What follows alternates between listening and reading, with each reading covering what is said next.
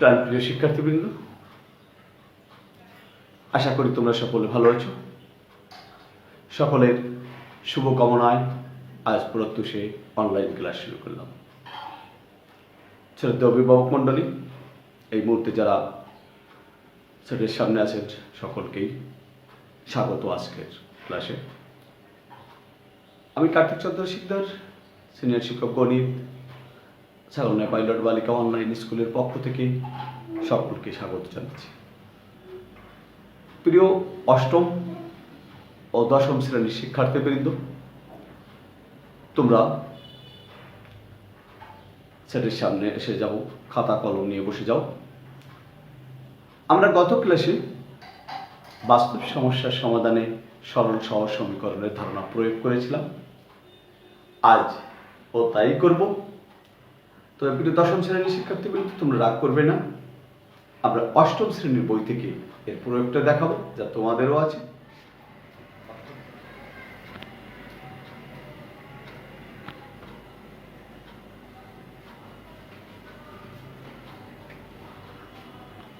আমরা আজ এর একটা সৃজনশীল প্রশ্নের সমাধান দেব। প্রশ্নটা আমি তৈরি করে রেখেছি। আমি প্রশ্নটা দুটো উদ্দীপক নিয়েছি। দেখো, একটা কতে ৫,০০০ টাকা দুইজনের মধ্যে এমনভাবে ভাগ করে দাও যেন প্রথম জনের টাকা দ্বিতীয় জনের টাকা ৪ গুণ। আরেকটা করেছি, কোনো ভগ্নাংশের লবের সাথে 11 যোগ করলে ভগ্নাংশটির মান 2 হয়, আবার হর থেকে 2 বিয়োগ করলে ভগ্নাংশটির মান 1 হয়। প্রশ্ন আমি এর উপরে সেট করেছি। এটা বাইরের কটা দেখাও যে এই সমীকরণ দুটি সরল সহজ সমীকরণ, আর ১ নম্বরে সরল সহজ সমীকরণের ধারণার সাহায্যে প্রত্যেকের টাকা বের করতে হবে, আর ২ নম্বরে লবকে x এবং হরকে y এর মাধ্যমে প্রকাশ করে প্রতিস্থাপন পদ্ধতিতে x y এর মান বের করতে হবে। আমরা এই প্রশ্নটি নিয়েছি, এখন এটার সমাধান আমরা করব। চলে যাই, দেখি আমরা পারি কিভাবে করতে পারি। ক সমীকরণ দেওয়া আছে কি x plus y equal to 4 প্রথম সমীকরণ, বা আমি যদি x বামে রাখি 4 মাইনাস y প্লাস y ডাইনে গেল। আর দ্বিতীয় সমীকরণটা কি আছে আমাদের, সেটা পরে দেখব। এই সমীকরণে আসো, যদি y ইকুয়াল টু 1 হলে x equal to 4 minus 1 equal to 3, y equal to 2 হলে x ইকুয়াল টু 4 মাইনাস 2 সমান 2, y ইকুয়াল টু 3 হলে x ইকুয়াল টু 4 মাইনাস 3 সমান 1। এবার আমরা এই মানের সাহায্যে দ্বিতীয়টা একটু টেস্ট করে দেখব। দ্বিতীয়টা বাম পক্ষ, লেফট বাম পক্ষে কি আছে, যদি y ইকুয়াল টু 1 হয় আর x ইকুয়াল টু 3 হয়, তাহলে বাম পক্ষটা কত হয় দেখো তো। দ্বিতীয় সমীকরণে 2x মাইনাস y, তাহলে 2 ইনটু 3 মাইনাস 1 সমান কত হলো, 3 দুগুণা 6 মাইনাস 1 সমান 5। ও মিলে গেছি। তাহলে আমরা পেয়ে গেলাম y ইকুয়াল টু 1 এবং x ইকুয়াল টু 3 এর জন্য দুটো সমীকরণই সিদ্ধ হয়, অর্থাৎ দুটো সমীকরণের সমাধান x equal to 3 y equal to 1। তাহলে এটি একটি সরল সমীকরণ ইকুয়াল টু ডান পক্ষ। সুতরাং সমীকরণ দ্বয় সরল সহজ সমীকরণ আমরা পেয়ে গেছি। চলো এবার খ নাম্বারটা আমরা একটু সমাধান করি। খতে ১ নং উদ্দীপক হতে সরল সহজ সমীকরণের ধারণার সাহায্যে প্রত্যেকের টাকা বের করব। তাহলে দুইজনের টাকা মনে করি, প্রথম জনের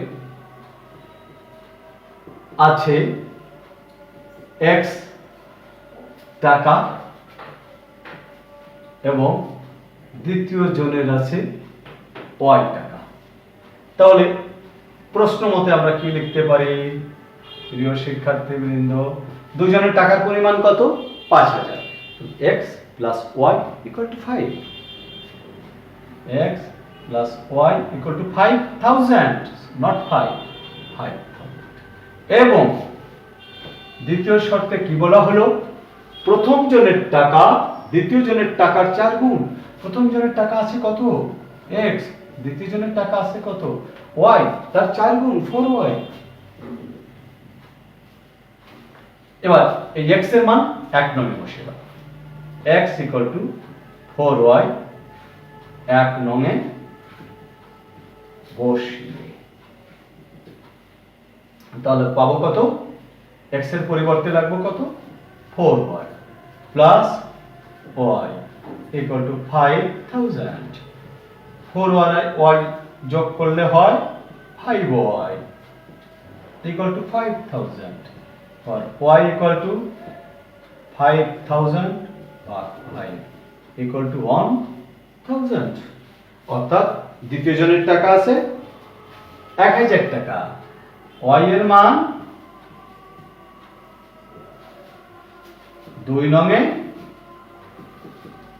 বসিয়ে, তাহলে x ইকুয়াল টু পেয়ে যাব আমরা 4 ইনটু 1000 সমান 5, ও সরি 4 একে 4, 4000। সুতরাং প্রথম জনের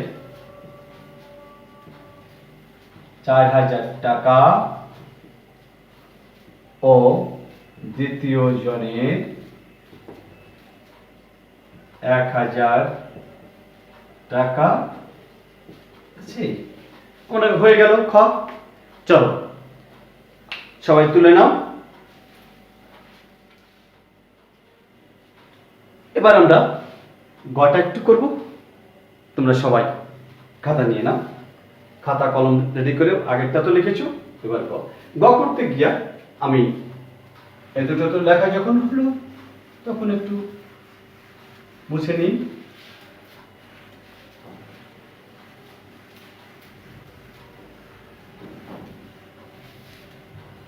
চলো গটা আমরা বলছি লবকে x এবং হরকে y এর মাধ্যমে প্রকাশ করি। তাহলে আমার ধরার সময় মনে করি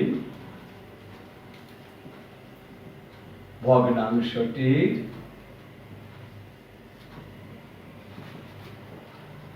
লব x এবং হর y, তাহলে ভগ্নাংশটি কত হবে, x বাই y, লব উপরে হর নিচে।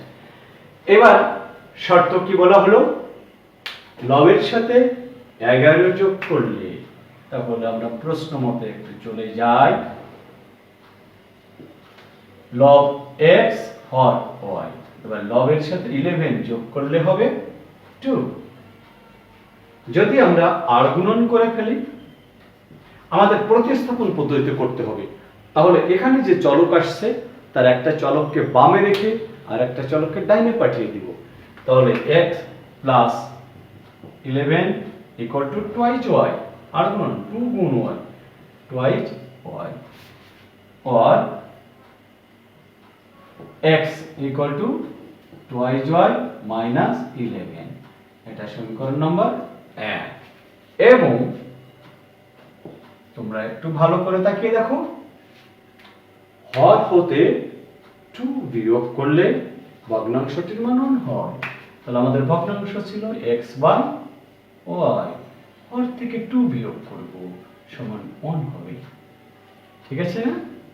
তাহলে আমরা লিখতে পারি আর গুণন করলে x equal to y minus 2, আমি ডানের দিকে লিখেছি, তোমরা পরপর নিচের দিকে লিখো, or x এর মান আছে কত, টুয়াইজ y মাইনাস 11, এই যে x এর মান আছে twice y minus 11 equal to y minus 2, x এর পরিবর্তে আমি টুয়াইজ y মাইনাস 11 লিখেছি, or twice y minus y equal to minus 2 plus 11, এই দেখো y এর পাশে আছে মাইনাস, মাইনাস 2 ডান পাশে গেছে প্লাস, or টুয়াইজ y থেকে y গেলে থাকবে শুধু y, 11 থেকে 2 গেলে 9, ও আমরা হর পেয়ে গেলাম। তার মানে y এর মানটা পেয়ে গেছি। এবার আমরা y এর মানটা কোথায় বসাবো? 1 নং-এ বসিয়ে দেব। 1 নং-এ বসিয়ে দিলে x এর মানটা পেয়ে যাব। y এর মান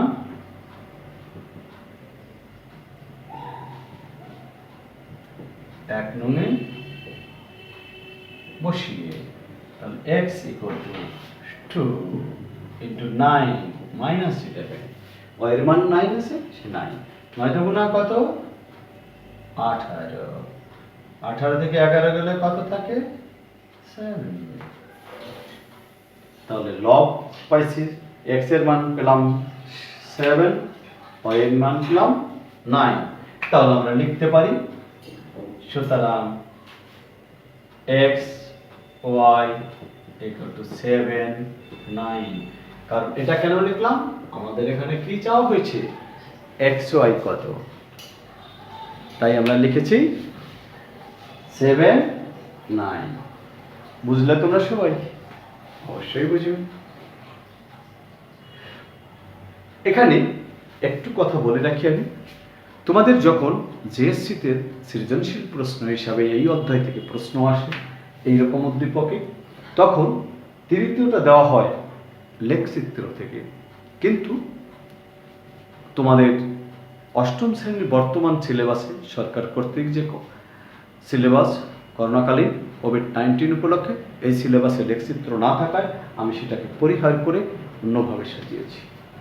ঠিক আছে, তোমরা সবাই লিখে নাও। চলো আমরা এবার একটা বাড়ির কাজ করি।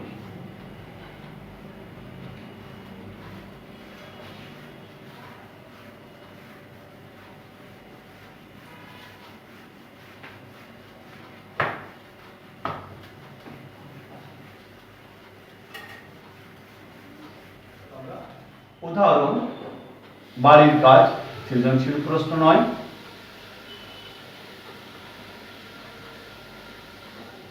বাড়ির কাজ তোমরা করবে উদাহরণ পৃষ্ঠা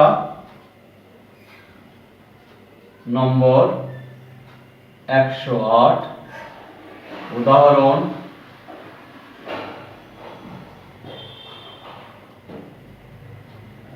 চার। তবে সমাধানটি একটু ব্যতিক্রম ভাবে করবে।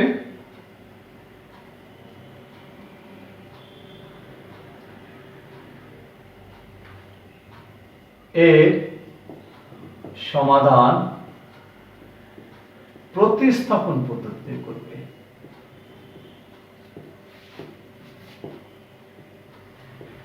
পদ্ধতি প্রয়োগ করে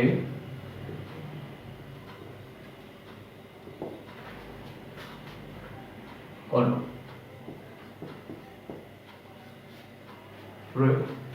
সমাধানে প্রতিস্থাপন পদ্ধতি প্রয়োগ করা।